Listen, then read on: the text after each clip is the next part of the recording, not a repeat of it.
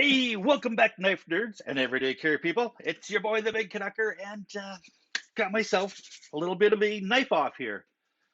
I don't know if it's like it's a knife. I guess if you're going to be stuck on a desert island, which one are you going to want to have in your pocket, or in your shorts, or strapped to your back, or the end of your spear, or whatever it is? The three Spydercos. Let's go. First one, Paramilitary 2, Big Daddy of EDC. You know, if you're a Spyderco collector, you got to have a Paramilitary 2 in your pocket. Second one here, Mannix 2. Now, many of you guys who have listened to my and watched my other content, you know that I owned a Spyderco Mannix 2 XL. That was probably my first expensive Spyderco behind the Tenacious. Fell in love with the knife. And this one here I ended up picking up pre-owned out of Saskatoon, Saskatchewan. And third one here is my newest Spyderco, which is my Spyderco Shaman. I guess not my newest Spyderco, but out of these three, it is my newest. All right, so let's put these down on the table of doom, and let's see head to head. Let's see who's going to win. All right, here we go. First, ding, ding, ding. First one off the bell to answer the bell is your Spyderco Paramilitary 2. Now, I call this the Big Daddy of EDC because it is, I think, the knife that, I'm not going to say maybe put Spyderco on the map, because Spyderco had some great knives before this, but this is the one I think that just blew everybody away in the knife world. And there are tons of Paramilitary 2s out there. So not just Paramilitary 2 in this iteration, which is the Digicam G10 scales with the CPM S30V. But this knife comes with all different types of steels, M4, CTS, XHP, Maximet, and also different types of scales and color scales too as well. So these ones here are dyed purple. They were the green and tan Digicam, but yeah, let's go over this thing here real quick. Just the technical specs. Overall length is 8.2 inches long, or 210 millimeters. Closed length is 4.8. Blade thickness is 3.5 millimeters. It is tip up, tip down, left or right carry with this Spyderco spoon clip on here too as well. Now your blade length here is 3.438 inches, or 87 millimeters. I think 3.5 inches is the perfect size for your EDC. And this one here comes in just a smidge under 3.5. And that's important because there is places out there in the world that have got smaller than that people need to carry smaller than 3.5 inches. Otherwise, it's a crime or they got to take it away. All right. So G10, like I said, G10 scales on there, which a G10 will take everything imaginable thrown at it. And it is a compression lock. This is an extremely fun lock. It is one of the most fidgety locks that are out there. And it's a great lock. It's extremely strong. It's fidgety. It's very safe because when you're actually closing this blade, you do not have your fingers in the path of this. And I need to tell you that I shouldn't have my finger in the path of any blades because my big ass subvert bit me real good. All right. Origin, she's made in Golden, Colorado earth, and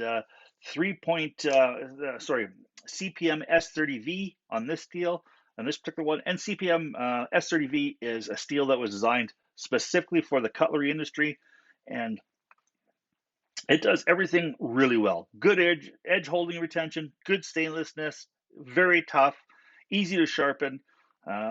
So it does a lot of things extremely well. And your grind here is what makes this blade quite special, which is your fully flat grind blade.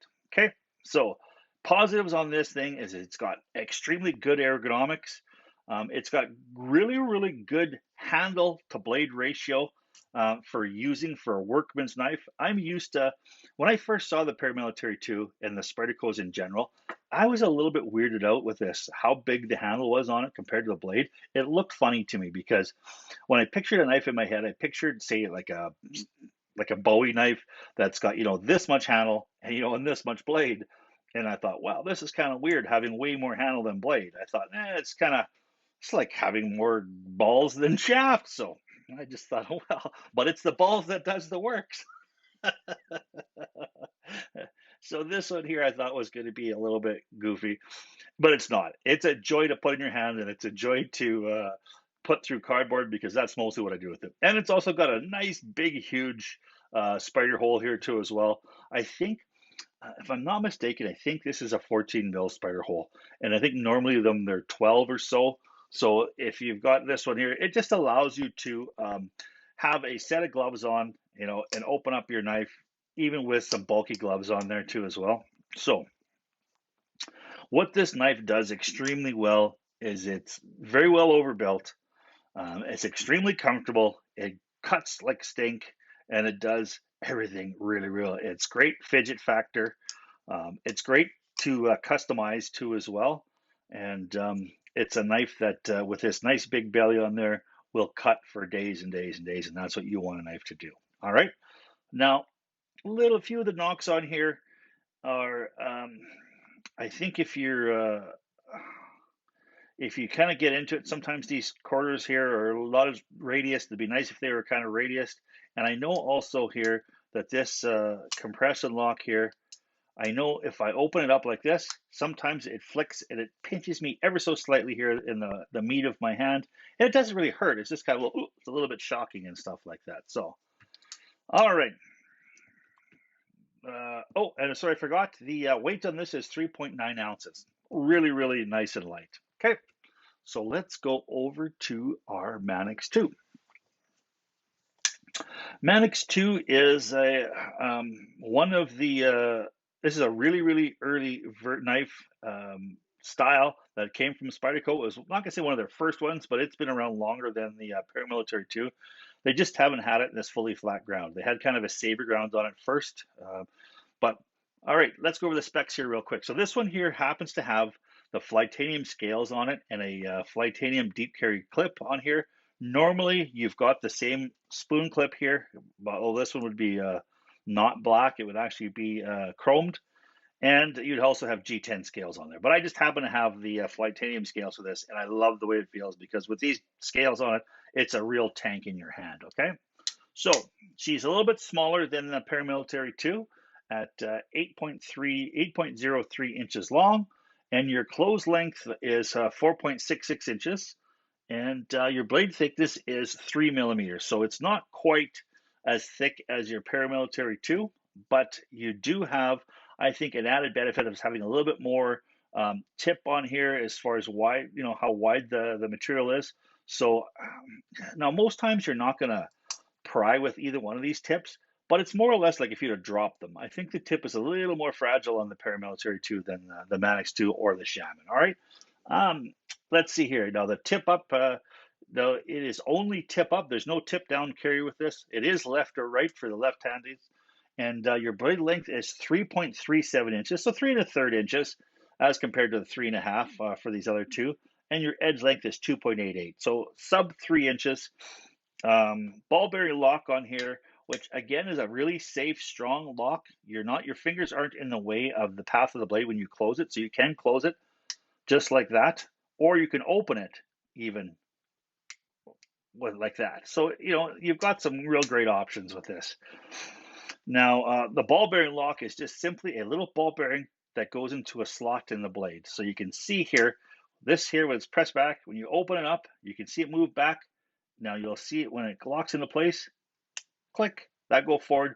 It just put that ball bearing into a little bit of slot in the blade and it's locked in there really, really well. So CPM S30V in here too as well. There is different blade steels for this, but the majority of it is a CPM S30V, which is a great steel. Now the weight on here is a little bit heavier than the this here at 4.9 ounces. With the Flytanium scales, I do believe it's close to 6 ounces. These add a lot of weight, but just the G10 in general are 4.9 ounces, which is not out of the ordinary. I mean, hey, when you're talking, 5 ounces, I don't think that's a worrisome to carry at all. And of course, it's got the fully flat ground blade, which just allows you to cut through things quite a bit nicer than anything that sometimes you get a hollow ground blade, or sometimes you get a blade so thick that you try to cut through things and it binds rather than slices through. So now let's go to the one here, my newest knife, which is the Spyderco Shaman, which I think this is a fantastic knife. The Spyderco Shaman here um, was designed by, I do believe, Sal Glesser. Now, the Paramilitary 2 was designed by Sal and Eric Glesser. You can see it's got both their maker marks, Eric's, and you got Sal's there. And this one here was designed by Eric. So, hey, I did not realize this.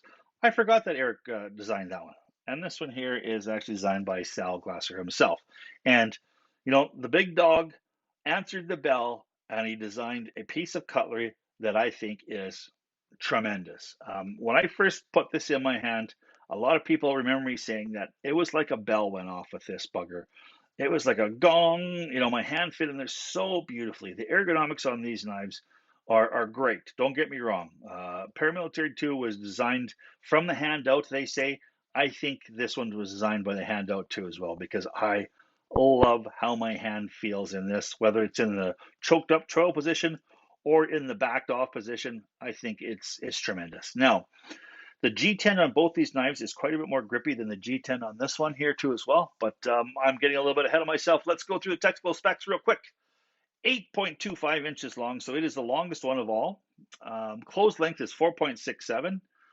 Blade thickness is 3.7 millimeters, so it is a really thick, stout, tough blade. Blade length is 3.58. Now, it's the longest of the three, and I wonder sometimes if that might have been a little bit of a mistake. Like I said, some places got laws where anything over 3.5 inches is a crime, and that depends, I guess, who's behind the badge when you get pulled over with this in your pocket. They may not care about that 0.8, or they may. But it's, and I don't think it makes that much of a difference. The 3.47 or something with this one, and the 3.58. You're not going to get that much extra work done with this, but it's a little bit longer. A little bit more edge, 3.12 edge. And of course, you've got the G10, which is a smooth radius G10, as you can see here.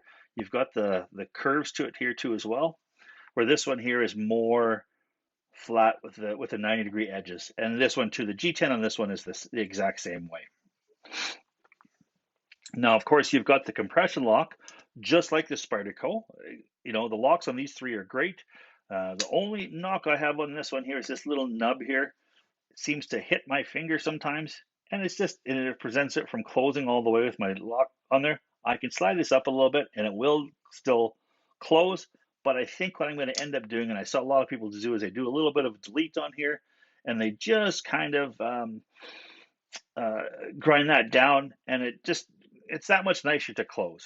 Now, let's finish off here with the CPM S30V. Now, this one here, and I think all three knives come with a multitude of blade steels, but the Paramilitary 2 is the most. This one here, I think, is not close second, but you get M4 with these, CTS XHP. You can get some fantastic steels with these, depending upon where you get it from. Like I said, S30V is the standard blade steel on there, but you can get some, flash batches or some sprint runs with some different steel on there, or just individual sellers will have their own specific lineup built for them by Spyderco. And so I do love that fact. I would love to have this blade in an M4 blade steel and those red scales. And I can't remember the maker who has those. It's tremendous. Anyways, M4 with the red just does it up for me. And of course, for the clip position, it is left or right-handed carry, as well as tip up or tip down too as well. So 4-position carry for that too as well. And of course, the grind is full flat too as well. And I mean, they say it's full flat, but you can see just ever so slightly, tiny bit of say a 3 millimeter flat on the top there. Not enough to make a whole lot of difference. And of course, this one here has got the DLC coating on it. And DLC stands for diamond-like coating. And it's extremely tough, because I have cut a whole schwackload of cardboard with this knife, and there's no sign of it kind of wearing through whatsoever. Now, let's just see here.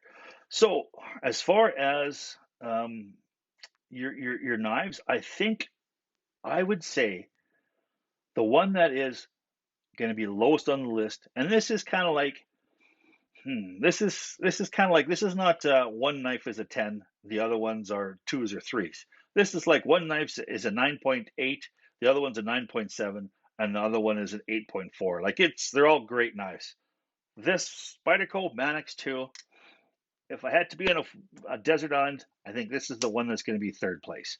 And the reason being is I think that I'd like to have a little bit thicker, stouter blade for EDC. Not that the 3 millimeters, nothing wrong with that. Still going to cut like hell.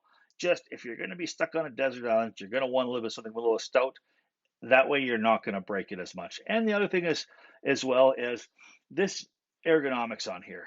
The ergonomics on here, and I don't know if it's just the Flytanium, but I do believe because the inside liners line up with the Flytanium, is if your hand is not designed for this knife, these rigid points can be ever so uncomfortable in your hand. Like, I mean, if your finger's here, or you got a really big fat finger and it's kind of hitting on there, you know that's uncomfortable. You know, or even sometimes if you got a smaller hand, your hand can be on top of that, and then you're having to adjust your grip where you've got kind of a wider, it's just not, it can be not as comfortable. Now, the jimping on here too as well is this ramp jimping is really great to lock your thumb into. Even this jimping here and this jimping here, it locks your fingers in there. They're not going to slide. But this jimping here, this little bit of a bubble jimping there, it just, your hand slides and it creates more of a hot spot. It doesn't lock into the skin like your other ones do here, or even a glove. Now, you can put a glove on there and it'll lock in perfectly. Where this one here, it just slides around a little bit, and I've noticed in some real heavy cutting, if your hand's sliding ever so slightly, you'll develop a hot spot. So that's going to be my third place. Now, between these two here, I am going to go with the Spyderco Shaman. And the reason I'm going with the Spyderco Shaman being, I think, the number one on a desert island is the fact that you have got the leaf-shaped blade, which gives you more steel, thicker steel, and I think more of a stout tip. You can see how they both taper really, really well. They're very close, 3.5 to 3.7, not a big deal, but when you got your tip, you've got ever so much more steel on the end of your tip compared to between the two. Now, if you drop them and they both landed tip down on a piece of cement, I have a feeling that you're going to chip the tip on there quite a bit more than you would on the Shaman. The other thing that I think gives the Shaman the edge is the fact that I think it's designed more. It's more ergonomic and it fits more comfortably in my hand. Now, like I said, I've got like double XL hands, so people out there may not have as big a hands as me, and they may find the paramilitary 2 is more comfortable. But like I said, ergonomics is a huge thing for me. And when I put this one in my hand, I thought, oh, it fits so perfectly. It was like I went into Spyderco and said, Sal, make me a knife that's just built for me. And the Shaman is the one that came out. I like the fact that this has got the radiused edges more so than the straight edges here. You know what? And this, like I said, this is comfortable in its own right, but when you're really bearing down on there, anytime you got kind of a pointy edge, it can put a little bit of undue pressure on parts of your hand. And I will give up the fact that even though this is a G10 along with this G10 here is quite a bit more grip. I'll give up a little bit of the gripitude in order to have the more ergonomic design. So now this one here is also a little heavier at 5.2 ounces compared to the 3.9. So if you've got a backpack and you're absolutely worrying about every single little ounce, then maybe you might go with this one. But hey, I'm a big dude. I'm 285 pounds right now, and I don't think that ounce is going to make a hill of beans on that. I guess it's kind of like a fly in a water buffalo. If you get hit by one of those, your water buffalo is going to go right through you, whether he has a fly in his ass or not. So, all right. So that seems to be my number one knife is the Spyderco Shaman. It's the one that I would use on a desert island. And not saying that any one of these knives are terrible or bad or anything like that. Like I said, it's like a 9.9 to a 9.7 to an 8.4. They're all great knives. They're all great EDC knives. I just happen to like the Spyderco Shaman the best right now. So thank you so much for stopping by. If you like what you heard and saw, please give me a thumbs up as well as subscribe. Got to hit 1,000 this year. Please, got to hit 1,000. All right. Forget I just said that. just have some fun. If you like what you saw, please give me a subscription and a thumbs up. Now, please, we're also not in a safe space out there in the world right now. Listen to those experts. Please take some precautions. Please, please keep your stick on the ice, the shiny side up. This is the Big Canucker saying adios.